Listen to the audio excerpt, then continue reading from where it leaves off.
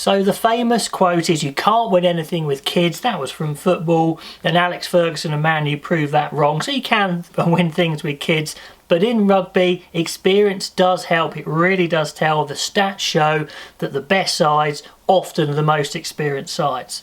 So all these teams in the Six Nations are looking to build experience as they ultimately build towards the next World Cup.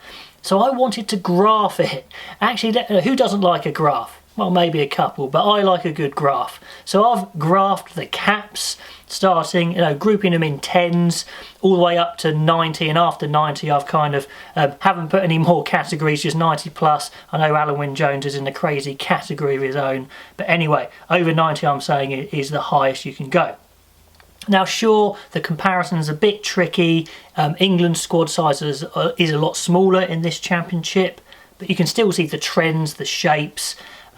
Injuries as well might skew it slightly, but that's always going to be the case. So I think it's a pretty good comparison to see where players are at and teams are at. I would just say that the 0 to 10 cap column is probably always going to be highest, because you always try out new players and you just don't know how good they are, and a lot of times those new players don't carry on with the national team, so you tend to see a higher spike in the 0 to 10 column anyway.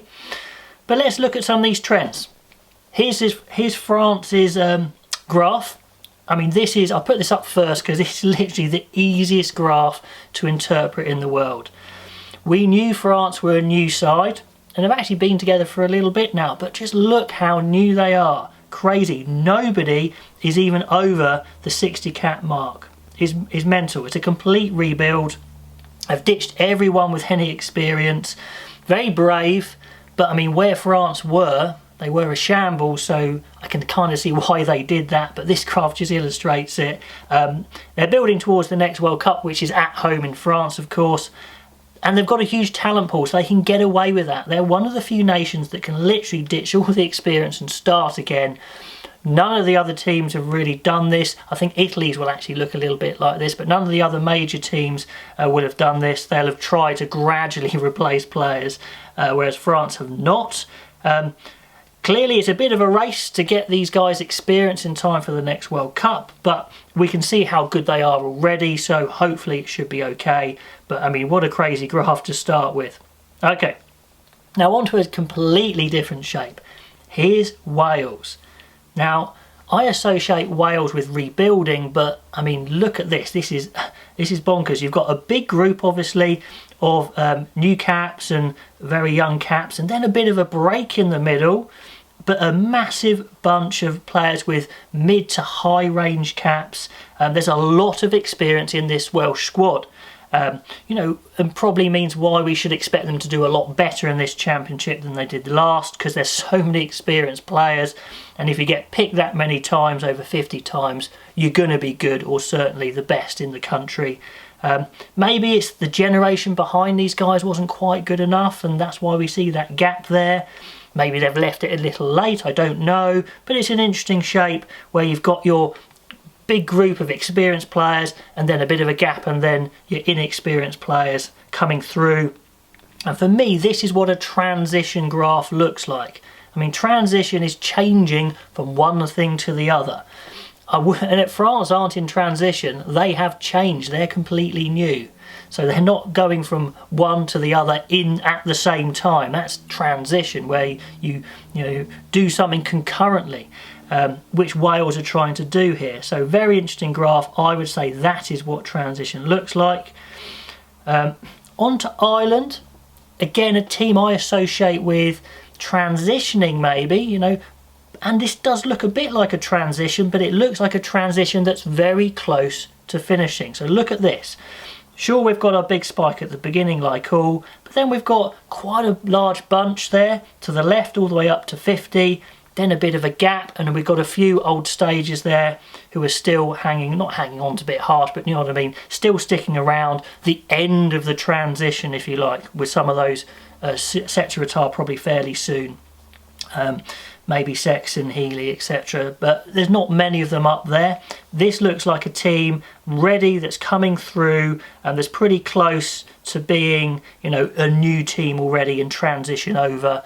So I think it looks fairly well managed. It looks quite a clean transition graph, this one, with a fair plan going forwards. So I like that graph. That looks nice and clean to me. Another real clean graph is Scotland. Look at this. I mean, this looks really clear to me. This looks like a new team that's been coming through, that's kind of in the middle of its cycle, if you like. It looks like a classic conveyor belt, but it looks like there's a few years to go before they become, at their peak. They're, really lacking caps towards the high end, but in a couple of years they should be as good as this group is going to be, and then we'll judge them, I guess, as to how good they're going to be. And the question for Scotland, of course, is their peak going to be good enough to win tournaments or go deep in World Cups, etc. So that's, quite a clear trend there. And then finally, let's have a look at England. And England's is quite a different shape to everyone else's. This is what I would say an experienced team looks like. We've got a massive chunk of players, well over 40, 50 caps, very consistently to the right of that graph. And if you ignore the new players they're trying out, if you like, the 0 to 10 graph, the bulk of the players are pretty well experienced, and they should be, performing very well at this point.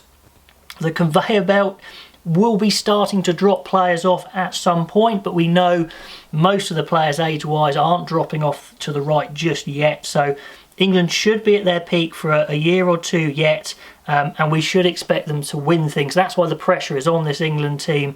Look at that graph. This is a team that should be at its peak, hopefully winning things, which they've been doing. Sure, maybe the style they've been doing it in hasn't been particularly thrilling, but they've been using all that experience. So you can see it from that graph there. And I think in the next couple of years we'll probably see an even stronger shift to the right here before they then have to start thinking about the old transition. Anyway guys, hope that was interesting. We can see a couple of teams are definitely transitioning. Wales in the middle of it, Ireland maybe coming towards the end, Scotland France, a very new team at the beginning of their cycle, and then Scotland, a new team as a bit further on than France. Anyway guys, please, you can rewind the video, pause it if you want to look at the graphs a bit more, and please let me know your interpretation to those graphs. What do you think is going on? Hope you found it interesting. If you did, please subscribe if you haven't already, and recommend this video to others, because I think it might interest a few people. Anyway guys, I will catch you next time.